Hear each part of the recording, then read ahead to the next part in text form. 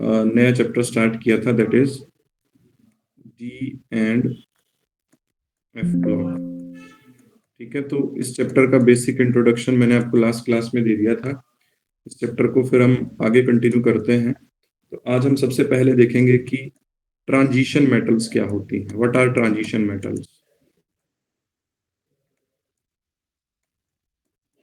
तो अगर transition metals की बात करता हूं, जो सभी डी ब्लॉक एलिमेंट्स हैं वो ट्रांजिशन एलिमेंट्स नहीं है, ट्रांजिशन मेटल्स नहीं है, ट्रांजिशन एलिमेंट्स नहीं। क्यों? क्योंकि ट्रांजिशन मेटल्स की डेफिनेशन क्या होती है? The elements whose atom or ion whose atom or ion contain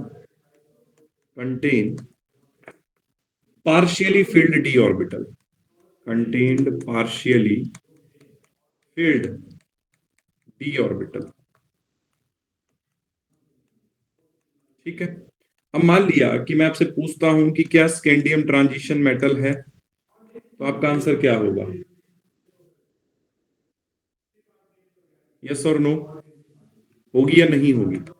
अब देखो, अगर स्कैंडियम की बात करूं तो स्कैंडियम का एटॉमिक नंबर मैंने आपको कल 21 बताया था, जिसके लिए इसकी कॉन्फ़िगरेशन क्या बताई थी? Argon 18 4s2 3d1। तो यहां पर डी क्या है? पार्शियली फिल्ड है। सो जो स्कैंडियम है वो क्या है? एक ट्रांजिशन मेटल है।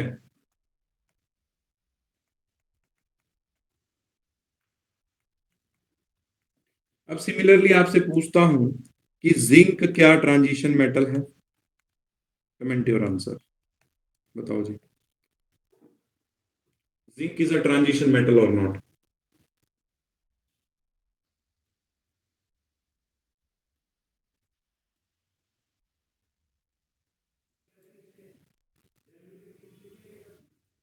अब देखो, जिंक का एटॉमिक नंबर कितना होता है? 30 होता है, और 30 के लिए configuration is argon 18 4s2 3d10। तो यहां पर एलिमेंटल स्टेट में फुली फिल्ड डी है। और अगर जिंक की ऑक्सीडेशन स्टेट की बात भी करूं, या यू कैन से दैट इसके आयन की बात करूं, तो उसका आयन होता है Zn2 पॉजिटिव।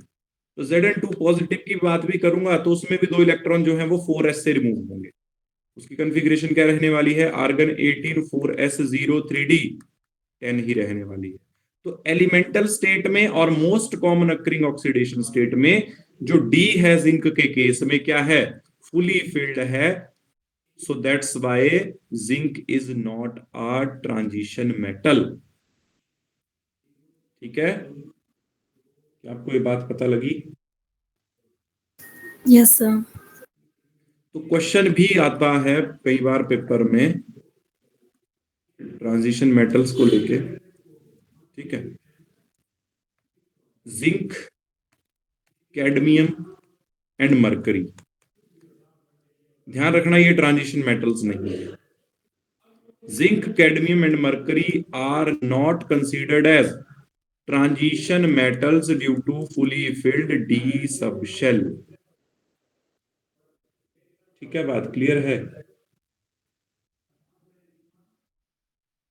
Yes sir. अब यहां से मैं एक कंक्लूजन ड्रॉ करता हूं। कंक्लूजन है, all transition elements, all transition elements R D block elements but not all d block elements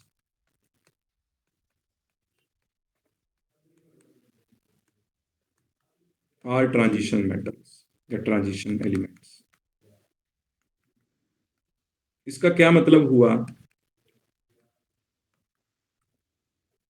कि सभी transition elements D block elements हैं, बट सारे डी ब्लॉक एलिमेंट्स जो हैं वो ट्रांजिशन एलिमेंट्स। क्या आपको ये बात समझ में आई? All transition elements are d block elements, but not all d block elements are transition elements. तो ये कंक्लूजन मैंने यहाँ से ड्रॉ किया। तो क्या आपको ये ट्रांजिशन एलिमेंट्स या ट्रांजिशन मेटल के बारे में जो भी मैंने बताया वो क्लियर हो गया? Yes sir. ओके, अब एक क्वेश्चन आपसे पूछते हैं जी कि जो कॉपर है वो क्या ट्रांजिशन मेटल है या ट्रांजिशन एलिमेंट है? यस और नो?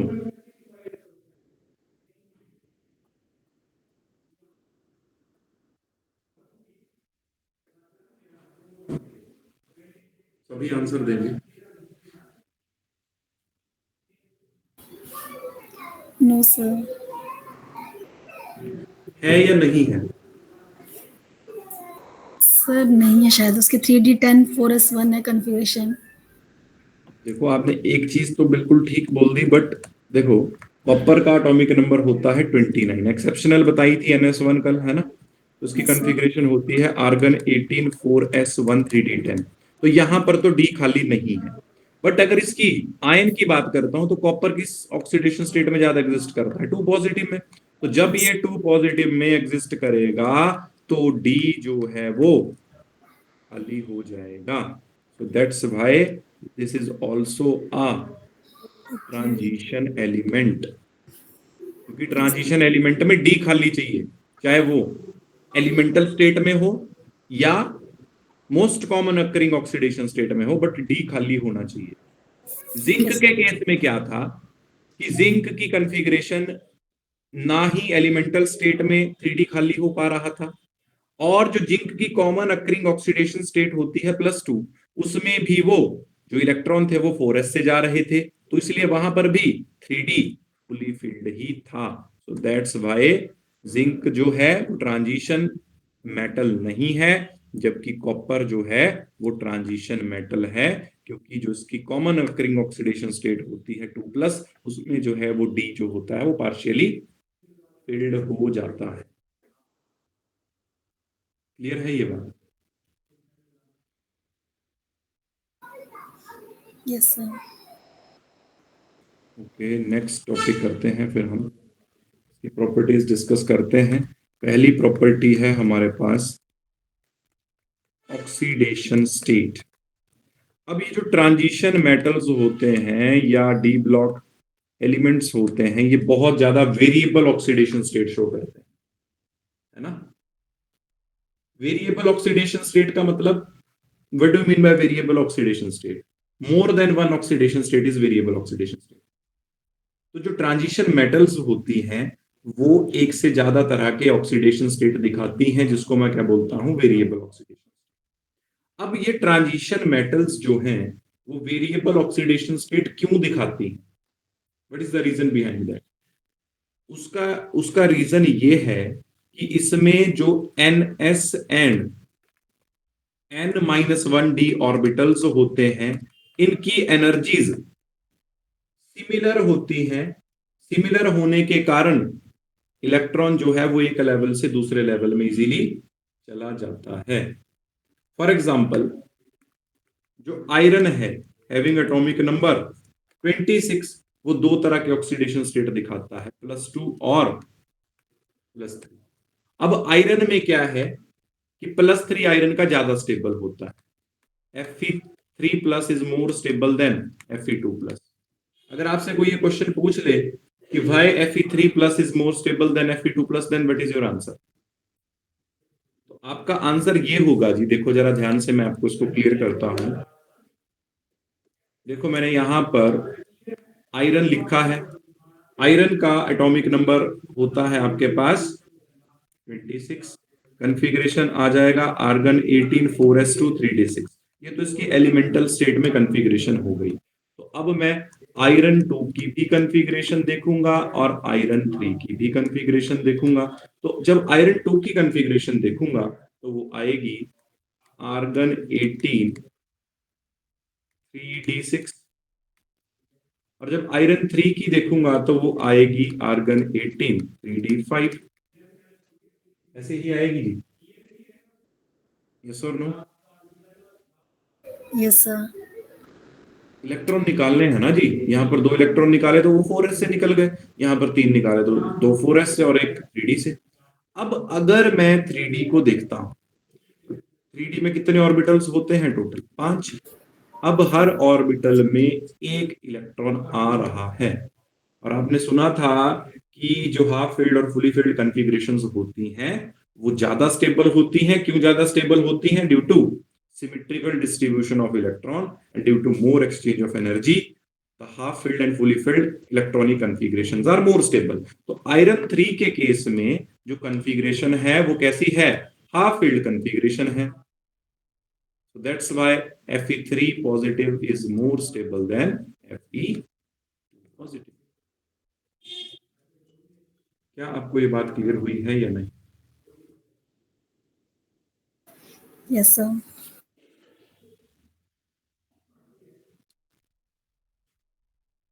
ओके, यहां तक क्लियर है जी? कोई डाउट किसी को? किसी को भी यहां तक कोई डाउट है प्लीज आस्क, अदरवाइज आगे चलते हैं फिर।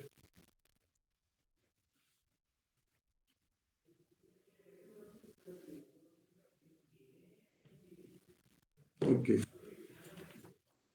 अब इंपॉर्टेंट पॉइंट्स ऑक्सीडेशन स्टेट को लेके आपको बता रहा हूं, ध्यान से सुनना ये बातें। पहली इंपॉर्टेंट बात क्या है कि जो स्कैंडियम है और जिंक है, scandium and zinc shows only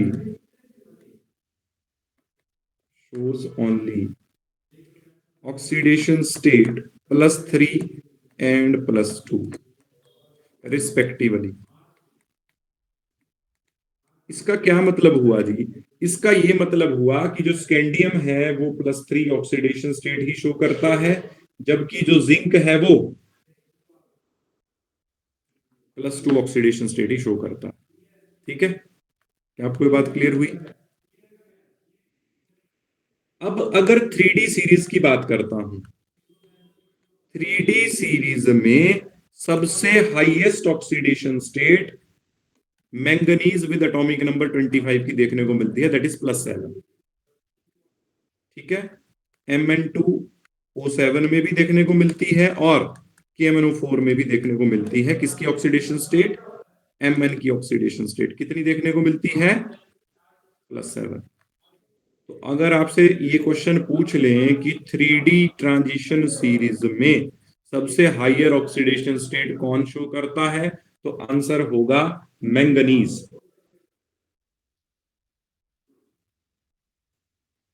क्या आपको बात समझ में आई?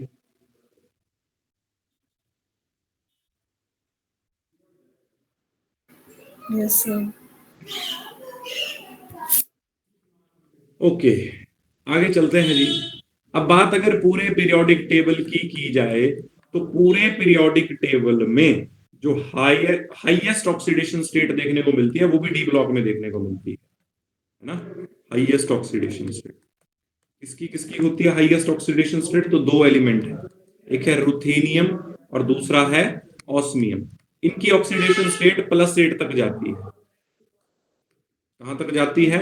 +8 तक जाती है। किन कंपाउंड्स में जाती है?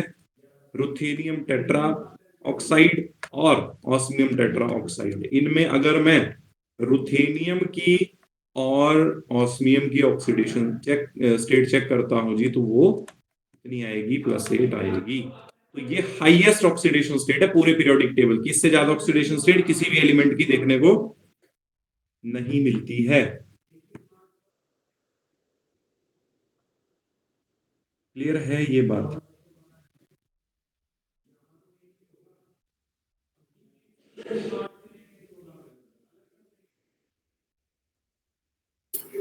Yes, sir.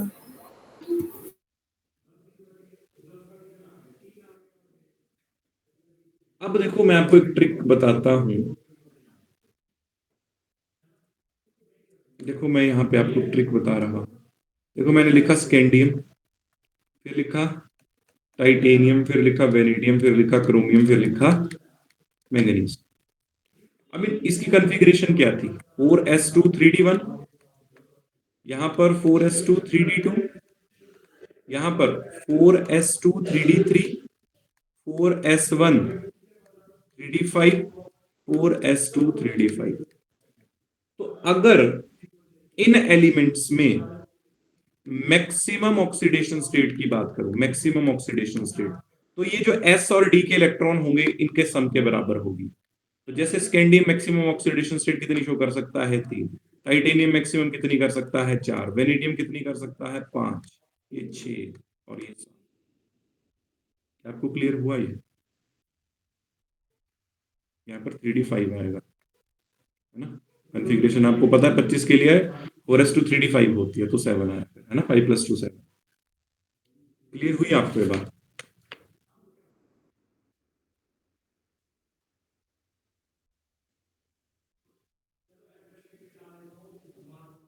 क्लियर है जी? यस और नो? Yes, sir. एक क्वेश्चन देता हूं आपको, आप उस क्वेश्चन को सॉल्व करो, ठीक है। अगर आपको ये सब कुछ समझ में आया है तो एक मैच द फॉलोइंग क्वेश्चन आपको देता हूं जी।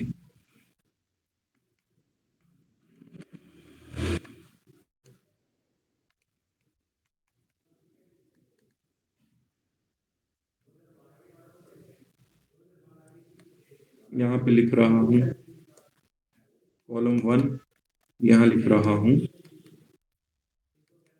कॉलम 2। कॉलम 1 में लिख रहा हूं एन एलिमेंट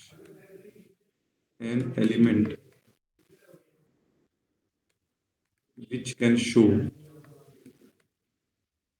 +8 ऑक्सीडेशन स्टेट। ठीक है जी। दूसरा पॉइंट लिख रहा हूं यहां पर 3D element that show up to +7 oxidation state. Last point लिख रहा हूं 3D element with highest melting point। Column 2 में लिख रहा हूं मैंगनीज, यहां पर लिख रहा हूं क्रोमियम, यहां पर लिख रहा हूं ऑस्मियम, यहां पर लिख रहा हूं आयरन। तो मैच करो इनको। An element which can show +8 oxidation state, एकदम से बताओगे किससे मैच करूं इसको? ऑस्मियम से, अभी बताया आज। 3D element that show up to +7 oxidation state, आज ही बताया। Mn अभी लिखा है, इधर ऊपर देख लो। नेक्स्ट है 3D element with highest melting point, किसमें होगा?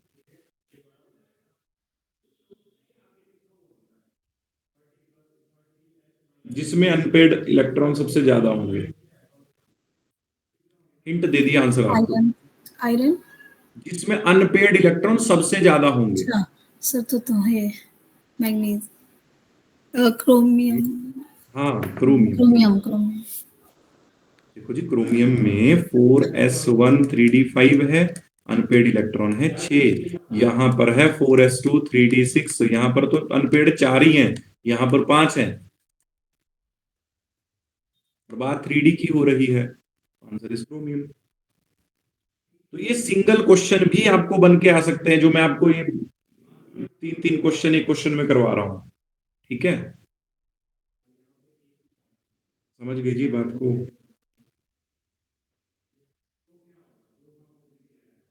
अच्छा, क्वेश्चन और करो। ये क्लियर हो गया ना सबको क्वेश्चन? ओके, नेक्स्ट है क्वेश्चन है जी, नेक्स्ट द एलिमेंट। देखो, अगर आप ना क्लास में अच्छे से सब कुछ सुनते हो तो आपके आंसर एकदम से आने चाहिए। द एलिमेंट दैट यूजुअली, अब ऐसा नहीं है कि मैंने ये क्वेश्चन बनाए हैं, ये स्टैंडर्ड क्वेश्चंस हैं। अब अगर इस क्वेश्चन की बात करता हूं तो ये JEE का क्वेश्चन है 2019 का, बट अगर आपने ऊपर मेरी बात सुनी है तो आप एकदम से आंसर दोगे। Not show variable oxidation state. Options are copper, B option is titanium, C option is scandium, and D option is vanadium.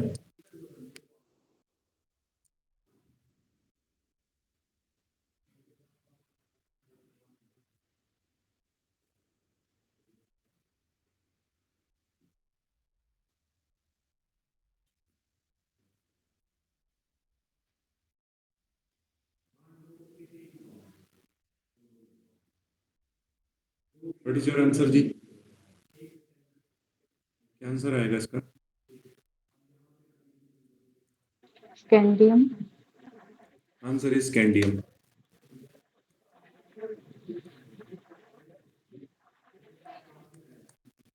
Y scandium? आज देखो, अगर आप फर्स्ट लाइन पढ़ोगे ना, ये देखो, scandium and zinc shows only oxidation state +3 and +2 respectively। मिल गया ना आंसर? क्लियर है? ओके। अब देखो, नेक्स्ट हम इसमें करते हैं, नेक्स्ट प्रॉपर्टी करते हैं, that is alloy formation. What is alloy? Alloy को आप कैसे डिफाइन करोगे? What is an alloy?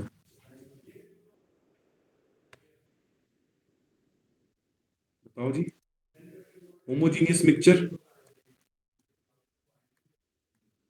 Homogeneous mixture of two और मोर एलिमेंट्स, उसको मैं एलॉय बोलता हूं। तो जो ट्रांजिशन मेटल होते हैं उसके बहुत सारे एलॉय जो हैं वो मुझे देखने को मिलते हैं। मैं सारे लिख देता हूं यहाँ पे, एग्जाम में कोई भी आपसे पूछा जा सकता है। First is brass. जो ब्रास होती है, किसका किसका मिक्सचर होती है, बता सकते हैं? कॉपर और जिंक का। सिमिलरली आ गया ब्रॉन्ज। जो ब्रॉन्ज होती है मेडल, जो ब्रॉन्ज मेडल होता है वो कॉपर और टिन का मिक्सचर होता है। ठीक है जी। उसके बाद आ गई गन मेटल। गन मेटल का दूसरा नाम बेल मेटल भी होता है। ठीक है, तो ये किसकी किसकी कंपोजिशन होती है? कॉपर, जिंक और टिन। ठीक है। उसके बाद आ गया स्टेनलेस स्टील। स्टेनलेस स्टील, आजकल देखा होगा आपने, स्टेनलेस स्टील के बर्तन चले हैं। ठीक है। कार्बन, आयरन, क्रोमियम, निकल। ठीक है। उसके बाद आता है आपके पास जर्मन सिल्वर। तो इनकी डायरेक्ट कंपोजिशन आपसे पेपर में पूछी जा सकती है। ठीक है। तो जर्मन सिल्वर जो होती है उसमें कॉपर, जिंक के साथ निकल देखने को मिलता है। तो ये अच्छे से लिख लो।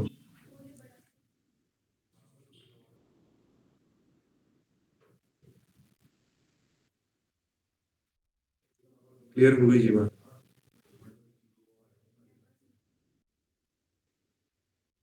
Yes, sir.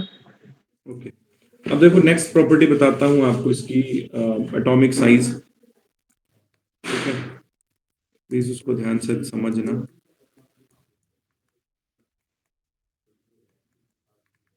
Atomic size of 3D space.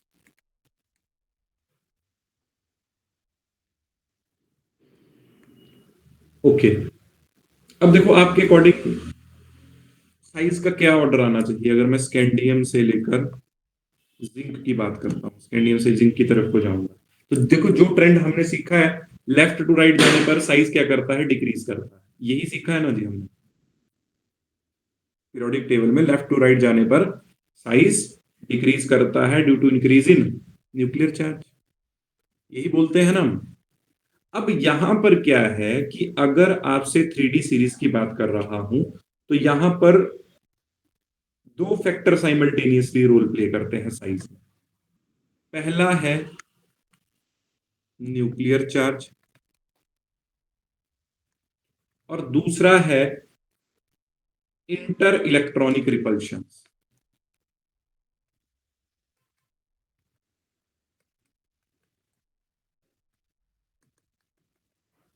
तो अब ये देखो किस तरीके से चलता है। देखो, जब मैं पहले तो इसमें न्यूक्लियर चार्ज जो है वो डोमिनेट करता है। न्यूक्लियर चार्ज अगर डोमिनेट करेगा कभी भी, तो साइज डिक्रीज करेगा। तो स्कैंडियम से लेकर टाइटेनियम की तरफ जाऊंगा, साइज डिक्रीज। टाइटेनियम से वेनेडियम की तरफ जाऊंगा, साइज डिक्रीज। क्रोमियम तक जाऊंगा, साइज डिक्रीज। क्यों? क्योंकि यहां पर nuclear charge will dominate over inter electronic repulsion. And what do you mean by inter electronic repulsion? See, देखो, इंटर इलेक्ट्रॉनिक रिपल्शन का मतलब ये हुआ कि मान लिया कि ये न्यूक्लियस है, ये फर्स्ट शेल, ये सेकंड शेल, ये थर्ड शेल आ गया, है ना, जिसको आउटर मोस्ट शेल। तो ये जो आउटर मोस्ट शेल में इलेक्ट्रॉन होगा और इसके अंदर वाले शेल में जो इलेक्ट्रॉन होगा, उनके बीच में इंटर इलेक्ट्रॉनिक रिपल्शन होगी। जब भी रिपल्शन होगी तो ये इलेक्ट्रॉन इसको क्या करेगा? रिपेल करेगा, जिस वजह से ये इलेक्ट्रॉन इस न्यूक्लियर चार्ज को बहुत अच्छे से एक्सपीरियंस नहीं कर पाएगा। अगर बहुत अच्छे से एक्सपीरियंस नहीं कर पाएगा तो साइज इंक्रीज होगा। आपको क्या ये बात समझ में आ रही है जी?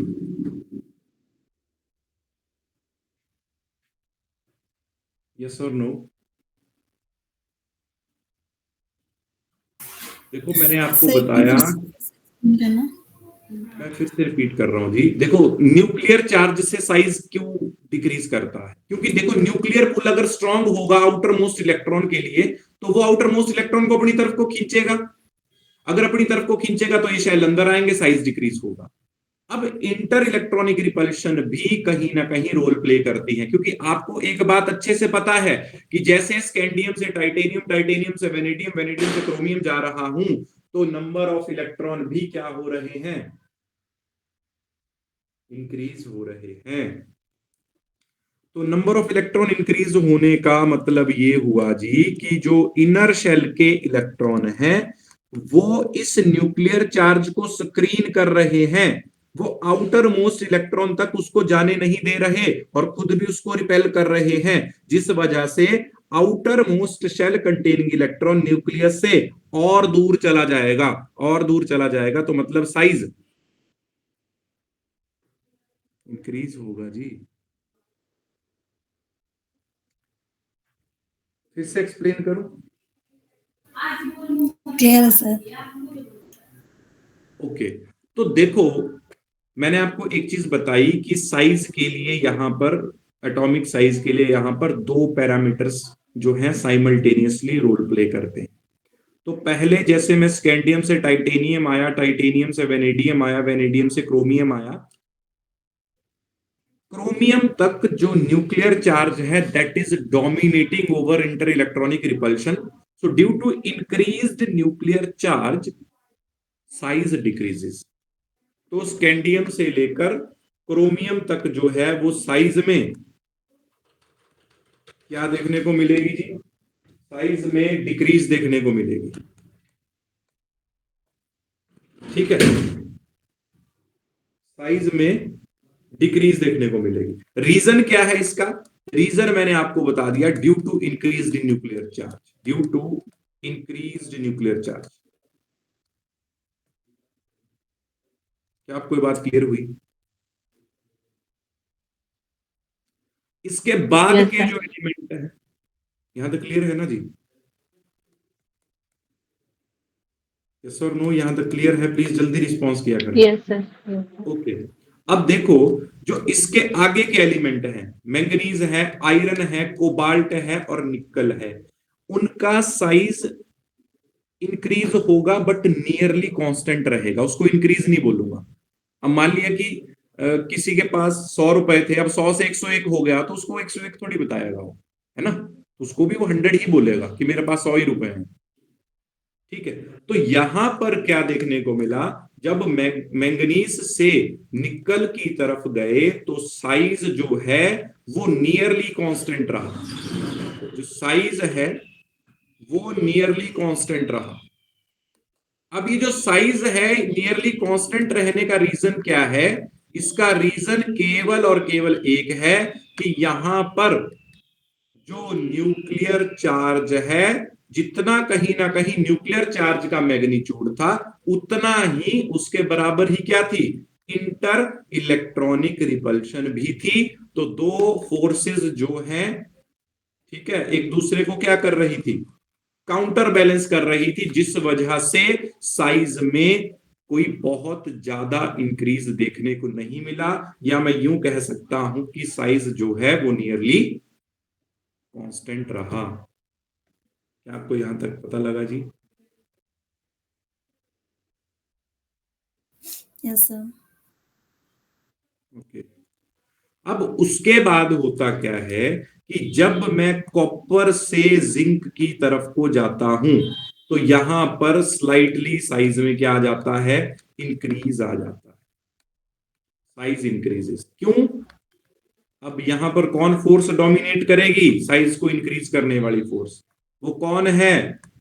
That is inter electronic repulsion dominates over nuclear charge. ठीक है जी बात?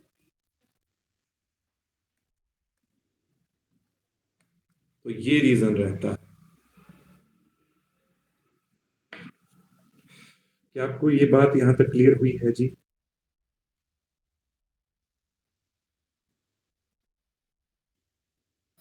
Yes, sir.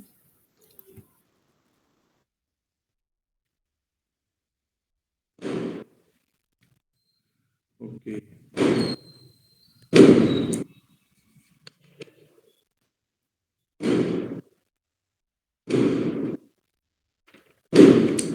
नेक्स्ट फैक्टर भी हम एक और डिस्कस कर लेते हैं, इसमें भी हमारे पास है थोड़ा सा time. That is density.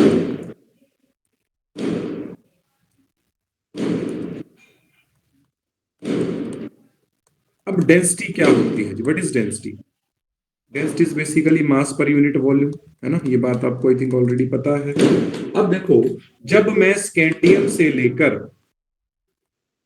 Zinc की तरफ को जाता हूं तो पहले जो है वो डेंसिटी इंक्रीज करती है। देखो मैं आपको थोड़ा सा अगर आइडिया भी दूं इसका, तो स्कैंडियम के केस में इसकी वैल्यू 3.03 होती है, फिर टाइटेनियम के केस में ये और इंक्रीज कर जाती है 4.1, वेनेडियम 6.07, क्रोमियम के केस में ये 7.19, Mn तक डेंसिटी पहले आपकी क्या करती है, इंक्रीज कर जाती है 7.21, आयरन की 7.8, उसके बाद कोबाल्ट की 8.7, है ना?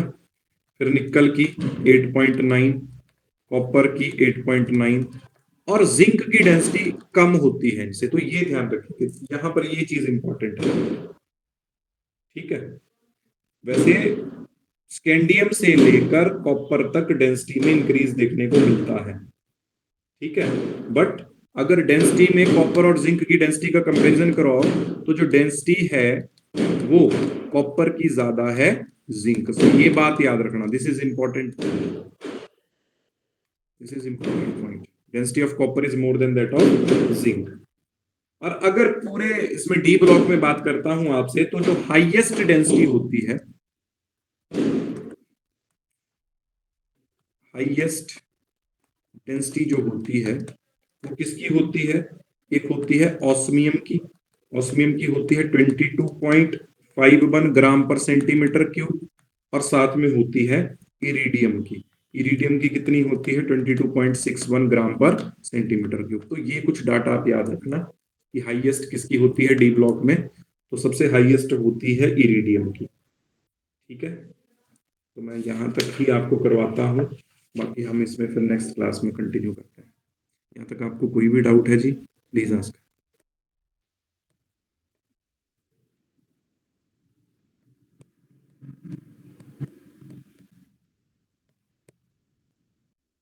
कोई डाउट है जी? यहाँ तक आप पूछ सकते हैं।